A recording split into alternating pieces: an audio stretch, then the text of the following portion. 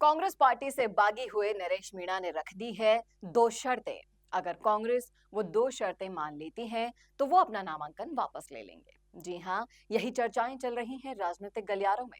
अब सवाल ये उठता है कि क्या राजस्थान के छोटे किरोड़ी कहे जाने वाले नरेश मीणा को पार्टी मना पाएगी। करेंगे इस मुद्दे पर चर्चा इस वीडियो में, इसलिए बने रहेगा आखिर तक मेरे साथ। नमस्कार, मैं हूं चेतना शर्मा और आप देखना शुरू कर चुके हैं राजस्थान संवाद।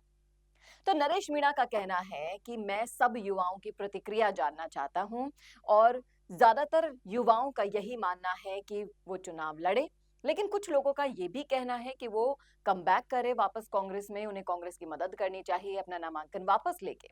लेकिन ये लोकसभा का चुनाव है जिसमें बड़े मुद्दे होते हैं और लोकसभा में सक्सेसफुल होने के लिए जरूरी है एकता का होना। इस तरह से बागी होकर लड़ना कोई समस्या का हल नहीं है, ये भी उनका कहना है।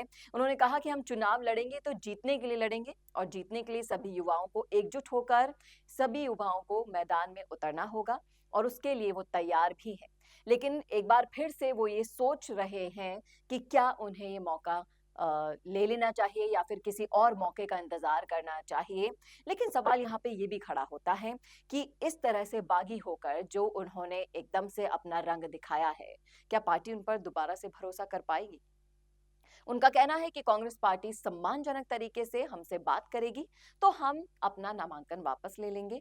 और जिस तरह से उन्होंने ये दो शर्तें रख दी है कि उनका कहना है कि जिन मीणाओं को टिकट मिला है, दो मीणा कैंडिडेट्स को टिकट मिला है, वो ऑलरेडी सत्ता में रह चुके हैं। इसीलिए उनकी जगह नए युवाओं को जगह मिलनी चाहिए थी, नए लोगों को जगह मिलनी चाहिए थी, आदिवासी समाज से टिकट देना चाहिए था। उनको ज्यादा खुशी इसी बात से होती और इसीलिए जब उन्होंने कांग्रेस ज्वाइन की, वो कांग्रेस में आए, तो उनका शर्त भी यही थी कि उन्हें दौसा से टिकट मिले। लेकिन जैसे ही दौसा से उन्हें टिकट नहीं मिला, मुरारी लाल मीणा को टिकट दे दिया गया, तो उन्होंने अपना रंग बदल लिया और बागी होकर नामांकन कर दिया। लेकिन अब वो अभी भी असमंजस की स्थिति में है कि उन्हें चुनाव लड़ना चाहिए या नहीं। लेकिन फिर भी उन्होंने इन दोनों शर्तों को पार्टी के सामने रख दिया है। अब पार्टी पर ये डिपेंड करता है कि वो किस तरह से नरेश मीणा को मनाने की कोशिश करेगी और क्या नरेश मीणा मान जाएंगे। ये तो था वो मैटर जो राजनीतिक गलियारों में चल रहा है।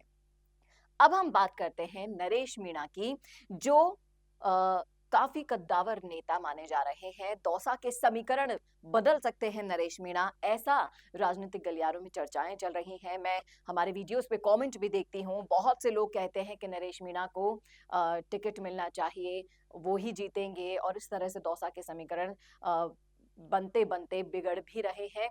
अगर वो नामांकन वापस ले लेते हैं तो कांग्रेस के लिए प्लस पॉइंट भी हो जाएगा। और जिस तरह से उनका मानना है कि पूर्वी राजस्थान से निकल के जो ऐसे नेता आते हैं वो सामान्य परिवार के हैं, क्या उनको मौका नहीं मिलना चाहिए? ऐसी क्या मजबूरियां हैं कि पूर्वी राजस्थान और हाड़ौती से जो छात्र नेता राजनीतिक गलियारों से निकलकर सामने आते हैं, उन्हें राजनीति में जगह ही नहीं दी जाती? ऐसा नरेश मीणा ने क्वेश्चन किया था।